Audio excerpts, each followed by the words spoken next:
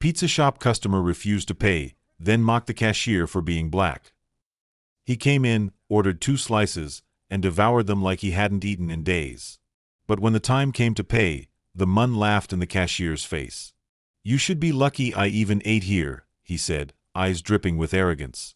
Then he added something vile, mocking the cashier's black skin, right in front of a packed crowd on the sidewalk. What the crowd did next, what the police said when they showed up, no one saw it coming. By the time the day ended, the truth was everywhere, and the cashier wasn't just a pizza shop employee anymore. He was a symbol of something much bigger. Please support us by subscribe, like, and share for more with activating the notification bell. Thank you. It was a humid afternoon in downtown Manhattan, and Freddy's Famous Pizza on 7th Avenue was alive with a lunchtime rush. The shop smelled of melted mozzarella and fresh garlic. Everything about it screamed New York. Behind the counter stood Dante Walker, a calm, soft-spoken man in his early 30s with deep brown skin, an easy smile, and the patience of a saint. He'd been working at Freddy's for 5 years and was beloved by locals and tourists alike. Around 1:10 p.m., the bell above the door jingled and in walked a tall, middle-aged white man in a crumpled business shirt. He looked like he hadn't slept well, and he scanned the room with a kind of superiority that made people instinctively shift away. He marched to the counter and pointed. 2 pepperoni. Hot. Now. Dante nodded politely. Coming right up, sir. The man didn't respond. He just took a call on his phone and barked orders into it while the slices were being heated. He didn't say please or thank you. And when Dante placed the slices on a plate and rang him up, $6.50, the man looked up and laughed. $6.50? For this? He shook his head. I'm not paying that. It's just dough and grease. Dante smiled, still polite. That's the price, sir. What are you gonna do? The man sneered.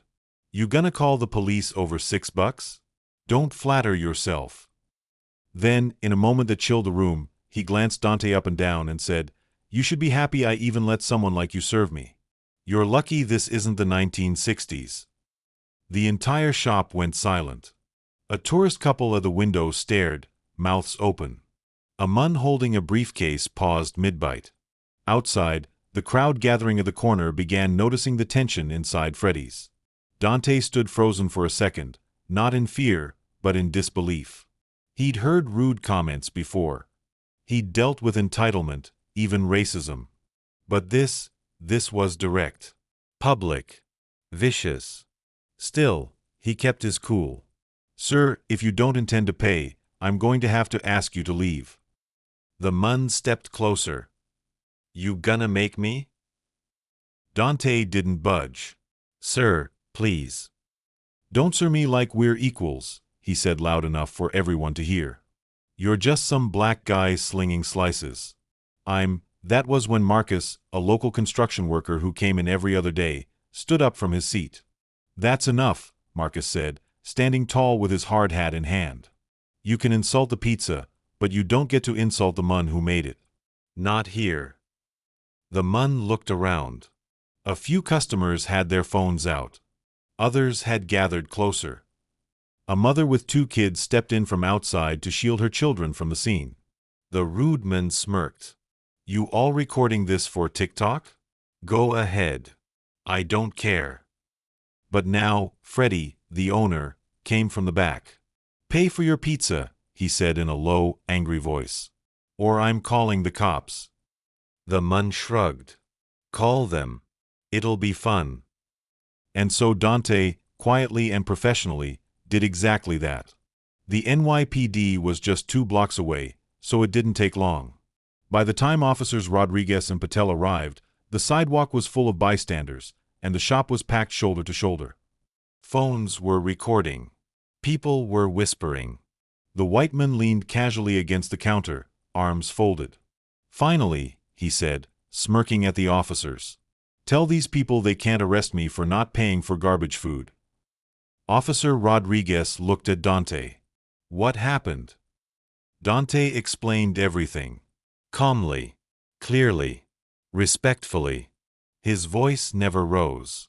He never insulted the customer. But his words carried weight. Every time he said sir or please in recounting the incident, it became more obvious how cruelly he'd been treated. Officer Patel turned to the man. "Do you have any intention of paying for the food you ate?" "No," he said, as if proud of it. "Do you understand that refusing to pay for a meal after consuming it is considered theft of services in the state of New York?" He blinked. "You're not seriously arresting me over pizza?"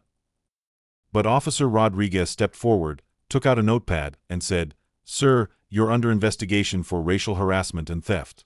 We have multiple witnesses and video recordings. You have the right to remain silent," the crowd gasped. A few clapped. Others just stared. Someone said, "It's about time." By evening, videos of the incident flooded TikTok, Twitter, and Instagram.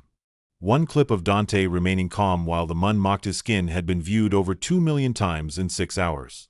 Hashtags like #Justice for Dante, #PizzaWithRespect, and #NYCHero were trending. Local news showed up the next day, interviewing Freddie, Marcus, and even tourists who had witnessed it. Everyone said the same thing: Dante didn't raise his voice. He didn't insult anyone. He just stood tall. He reminded us that real strength isn't loud, it's calm in the face of cruelty. Freddie launched a GoFundMe for Dante's future education. It raised $120,000 in 48 hours. Dante appeared on Good Morning America, and when asked how he stayed calm, he said, "My mother taught me that people's hate isn't my responsibility. My job is to protect my peace and my dignity." That man didn't steal either. A month later, Dante had offers from bigger restaurants and corporate chains, all wanting him to manage or consult. But he politely declined most of them. Instead, he partnered with Freddie to open a second location of Freddie's Pizza, this time in Harlem, with a focus on community, respect, and hiring youth in need of opportunity. Freddie made Dante part owner. When the man who mocked him returned to court, he was fined for theft, sentenced to community service, and ordered to attend racial sensitivity training. And Dante? He just kept making great pizza and smiling at customers, treating everyone with the same kindness, even those who didn't deserve it. The final shot of the video could show Dante handing a slice to a homeless man, saying, "No charge. Just kindness." Because in the end, the man who mocked him left in handcuffs, and Dante walked out with the city behind him.